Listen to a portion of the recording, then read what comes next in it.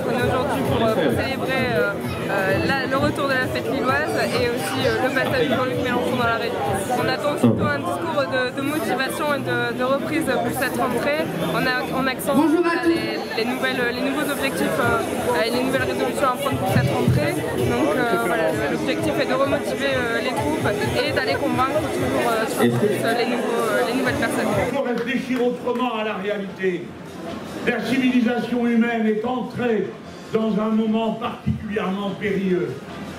Comprenez-moi, quand on a signé le texte de la COP 21 sur le climat, on avait dit que le maximum, ça serait 1,5 degré de plus. Et tout le monde est sorti en se tapant dans le dos.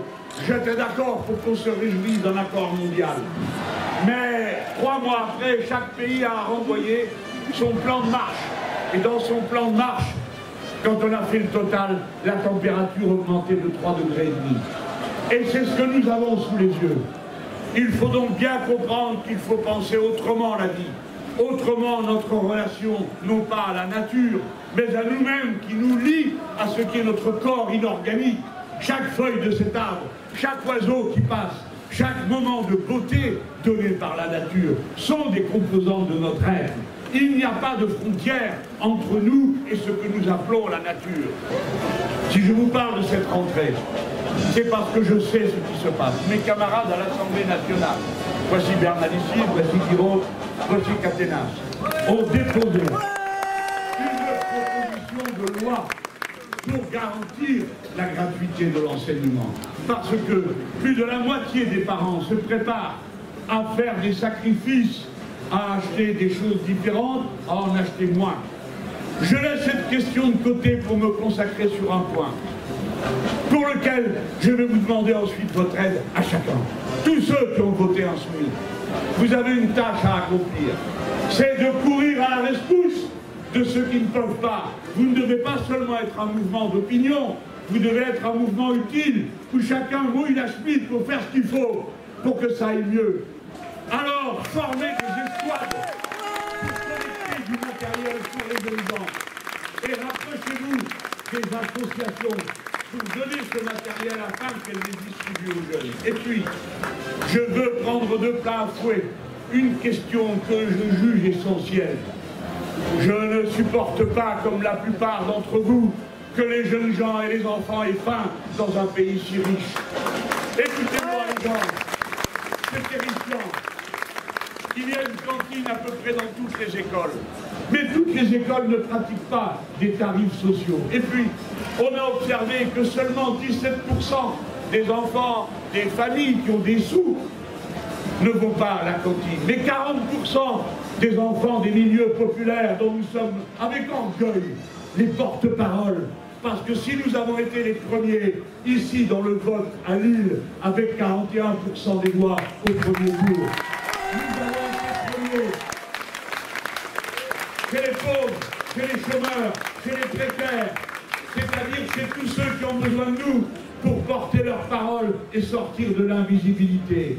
Alors cela vous dit une chose, nos enfants vont avoir faim, parce qu'il y a des milliers et des milliers de familles où on a faim, parce que 8 millions de personnes sont à l'aide alimentaire. Alors, je demande, je supplie, j'exige que l'on donne à manger gratuitement à nos gosses. Je sais combien ça coûte, parce qu'il y a eu une proposition de loi déposée dans la mandature précédente par Clémentine Autain et Alexis Corbière. Ils ont calculé, ça coûte 3 milliards 200 millions. Alors, comme vous n'avez déjà pas idée de ce que ça peut être qu'un milliard, ni même 10 000 euros, ça peut vous paraître beaucoup. Eh bien, c'est très peu. Savez-vous que dans ce pays, les aides qui ont été distribuées aux entreprises, sans exiger la moindre contrepartie, et qui sont passées des poches de l'État directement aux poches des actionnaires, puisque entre les deux, on n'a vu ni investissement, ni augmentation de salaire. Ils ont pris et ils se goinfrent. Je parle évidemment des entreprises du CAC 40. Eh bien, l'argent qui leur a été distribué, c'est 140 milliards.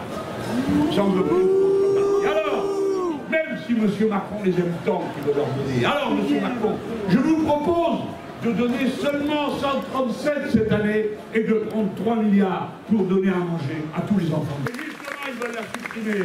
Comme ils suppriment les diplomates au moment où on a besoin d'avoir des négociations partout pour la paix, car le changement climatique va être le premier facteur de déstabilisation des États, des nations et des sociétés. Des millions de gens se mettent en mouvement ici ou là. Plus que jamais, il faut prévoir, organiser, discuter, bref, avoir le sens de l'État, de ce que ça signifie comme possibilité que les êtres humains ont inventé pour faire face de manière efficace à leur devoir d'entraide.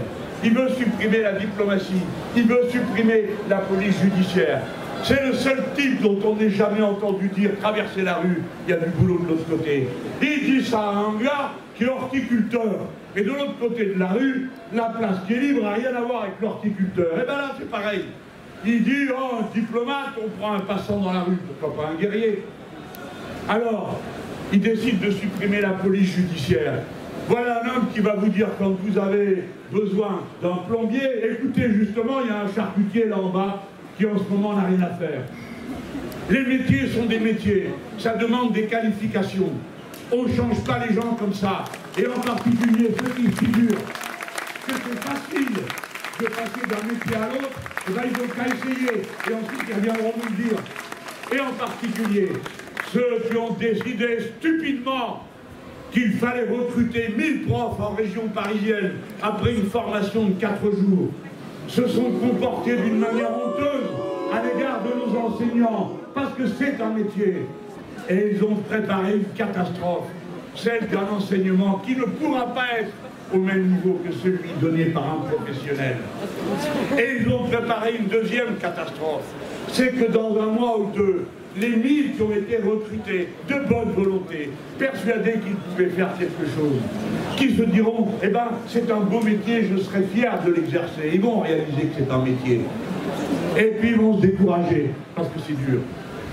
Et puis qu'est-ce qu'ils vont faire? Eh ben, ils vont faire comme les autres, c'est-à-dire s'en aller. La première des choses que vous avez à faire, M. Macron, c'est de vous dépêcher de titulariser les 800 000 fonctionnaires des 3 fonctions publiques avant qu'ils puissent tout le temps. Ce que vous devez vous dépêcher de faire. Les surcoûts que provoque la hausse des prix, qui jusqu'à la récolte qui aura lieu cet été et à la reprise de la circulation mondiale des marchandises, étaient spéculatives. Autrement dit, ils se sont engraissés comme jamais. Et surtout ceux qui possèdent ce qui est le plus important dans la vie moderne, c'est-à-dire les réseaux collectifs, électricité, eau, gaz, etc. Ce sont les secteurs où a été prélevé sur la population sans cause objective un tribut. Et maintenant, vous vous heurtez à ce que leur fichu marché ne marche pas.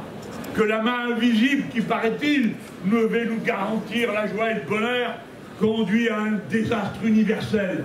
Parce que les prix sont en train d'exploser, parce que le marché n'existe pas, et que tous ceux qui sont en situation de truquer les prix le font. Alors ça vous donne une augmentation à 1 000 € de l'électricité, du kilowatt, du mégawatt. Incroyable. Pourquoi? Parce que le marché européen qui a été libéralisé par les très intelligents qui organisent le libéralisme, parce que seule la concurrence libre et non faussée va nous permettre de vivre mieux. Résultat, c'est la cata. Eh bien, je vais donner qu'un seul exemple pour vous montrer comment, en se répercutant de l'un à l'autre, ce désastre s'amplifie. Le surcoût pour les hôpitaux de l'augmentation des prix, ça correspond à une somme qui permettrait d'engager, séance tenante, 52 000 soignants de plus. Voilà ce que c'est le prix de la hausse des prix sur les services publics. Et vous avez une question à vous poser. Est-ce que vous acceptez qu'on vous pique 10% de vos revenus? C'est ça la question qui vous y est posée. Alors si vous n'acceptez pas, eh bien faites quelque chose. Ça ne suffit pas seulement de regarder, de montrer du doigt, de dénoncer ou de pleurnicher. Agissez, entrez dans l'action et